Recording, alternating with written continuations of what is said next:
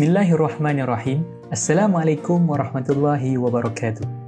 Selamat datang ke Rodatul Iman TV channel YouTube. Memandangkan hanya beberapa hari sahaja lagi kita akan menyambut Hari Raya Aidiladha. Jadinya, hari ini Ustaz ingin menerangkan tentang beberapa perkara mengenai haji dan takbir raya Aidiladha.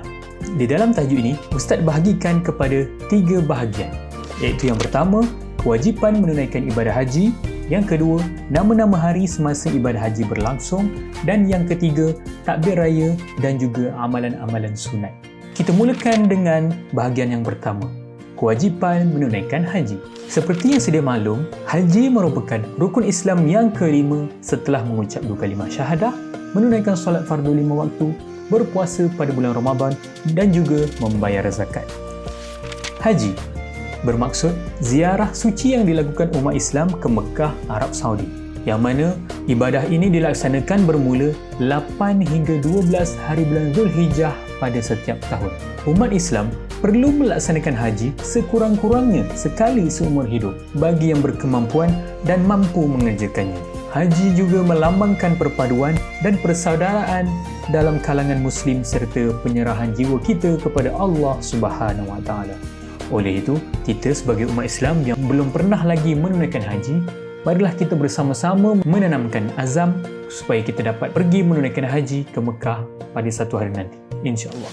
Kita teruskan dengan bahagian yang kedua, iaitu nama-nama hari semasa ibadah haji berlangsung. Nama hari yang pertama adalah Hari Arafah, yang mana Hari Arafah ini jatuh pada 9 Zulhijjah pada setiap tahun. Jadi untuk tahun ini, Hari Arafah jatuh pada tarikh 9 Zulhijjah 1442 Hijrah bersamaan 19 Julai 2021 Masihi pada hari Isnin esok. Pada hari Arafah ini juga kita disunatkan untuk berpuasa. Kerana apa? Kerana terlalu banyak ganjaran pahala yang akan Allah berikan kepada orang-orang yang berpuasa pada hari Arafah ini. Keesokan harinya pula adalah Hari Raya Aidiladha, yang mana akan jatuh pada tarikh 10 Zulhijjah pada setiap tahun. Jadi pada tahun ini Hari Raya Aidiladha akan jatuh pada 10 Zulhijjah 1442 Hijrah bersamaan 20 Julai 2021 Masihi pada hari Selasa ini. Seterusnya, nama hari selepas Hari Raya Aidiladha adalah Hari Tashrik, yang mana Hari Tashrik ini mempunyai 3 hari, bermula daripada 11 Zulhijjah, 12 Zulhijjah dan berakhir pada 13 Zulhijjah pada setiap tahun. Pada tahun ini, Hari Tashrik jatuh pada 11, 12 dan 13 Zulhijjah 1442 Hijrah bersamaan dengan 21, 22 dan 23 Julai 2021 Masihi, dan harinya pula adalah hari Rabu, Khamis dan Jumaat ini. Dan pada Hari Raya Aidiladha dan juga Hari Tashrik ini, kita diharamkan sama sekali untuk berpuasa pada hari ini. Kerana apa? Kerana hari-hari ini merupakan hari perayaan kepada kita sebagai umat Islam. Baiklah, jika kita fahami garis masa yang ditunjukkan di dalam gambar rajah ini, kita akan melalui dahulu Hari Arafah pada 9 Zulhijjah, seterusnya Hari Raya Aidiladha pada 10 Zulhijjah dan seterusnya Hari Tashrik pada 11, 12 dan 13 Zulhijjah pada setiap tahun. Oleh itu, kita sebagai umat Islam perlulah sentiasa peka dengan tarikh-tarikh ini. Kerana apa? Peristiwa-peristiwa yang mengikuti tarikh di dalam bulan Islam ini akan jadi berbeza jika kita mengikuti kalender Masihi. Kerana kalender Masihi mempunyai hari yang lebih berbanding kalender Hijrah. Kita teruskan lagi dengan bahagian yang ketiga, iaitu takbir raya dan juga amalan-amalan sunat. Apakah hukum takbir? Hukum bertakbir adalah sunat muakkad, yang mana sunat muakkad ini bermaksud sunat yang sangat dituntut di dalam Islam. Jika kita melaksanakan sunat ini, kita akan mendapat ganjaran yang sangat besar oleh Allah Subhanahu Wa Taala. Jenis takbir raya ada 2 jenis, iaitu yang pertama takbir mursal ataupun dinamakan juga sebagai takbir mutlak, dan yang kedua takbir muqayyad. Kita pergi ke takbir mursal dahulu. Takbir ini bermaksud takbir yang dibaca sepanjang 10 hari pertama bulan Zulhijjah dan hari-hari Tashrik, bermula daripada 1 Zulhijjah sehingga 13 Zulhijjah. Dan takbir ini tidak terikat dengan waktu solat dan boleh dibaca sepanjang masa dan di mana-mana sahaja. Dalil untuk takbir mursal ini adalah seperti yang ditunjukkan di dalam gambar rajah ini. Imam Bukhari berkata, dahulu Ibnu Umar dan Abu Hurairah pernah keluar menuju pasar pada 10 awal Zulhijjah sambil menggemakan takbir, sehingga orang-orang mengikuti takbir mereka berdua. Hadis riwayat Sahih Bukhari. Jadi kita sudah faham bukan takbir mursal ataupun takbir mutlak ini?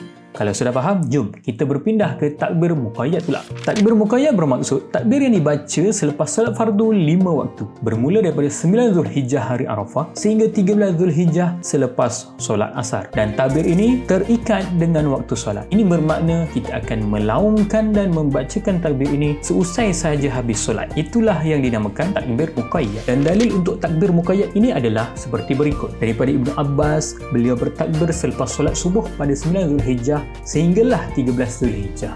Beliau tidak bertakbir selepas maghrib, iaitu pada malam 14 Zulhijjah.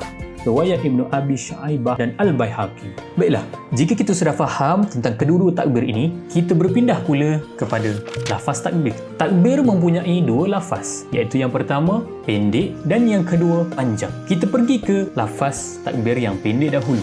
Yang mana lafaz takbir ini adalah seperti berikut. Jadi di sini Ustaz sertakan lafaz takbir di dalam bahasa Arab dan cara bacaannya di dalam tulisan Rumi dan juga maknanya di dalam tulisan Rumi.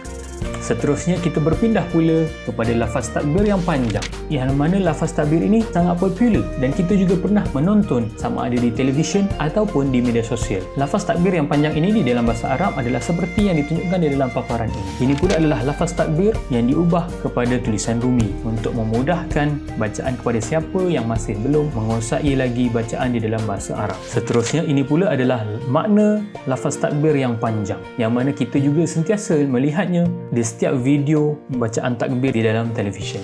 Jadi, macam mana semua? Adakah anda semua sudah faham tentang beza antara bacaan takbir yang pendek dan juga bacaan takbir yang panjang?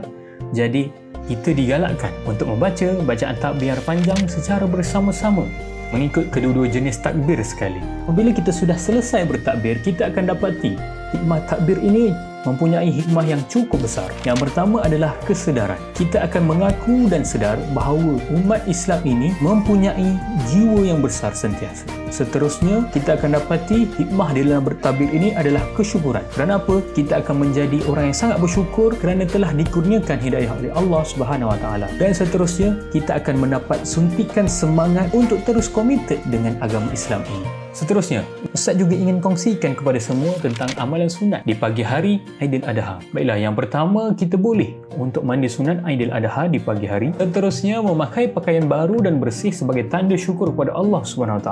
Seterusnya, memakai haruman dan wangian yang menyenangkan dan juga memohon keampunan dan bermaaf-maafan sesama ahli keluarga kita. Jadi amalan-amalan seperti yang ditunjukkan ini adalah sangat digalakkan untuk kita laksanakan pada pagi Aidiladha. Dan jika kita laksanakannya, ia akan memberikan makna yang sangat besar ke dalam kehidupan kita sebagai seorang umat Islam. Jadi itu saja daripada Ustaz. Pesanan Ustaz sebelum mengakhiri video ini, marilah kita bersama-sama mengamalkan laungan takbir ini. Semoga juga kebaikan ini dapat disebarkan kepada saudara kita yang lain. Jadi sekian saja daripada Ustaz. Selamat menyambut Hari Raya Aidiladha. Kullu am wa antum bi khair. Jangan lupa like, share dan subscribe channel ini. Raudatul Iman, Aiming Paradise. Assalamualaikum warahmatullahi wabarakatuh.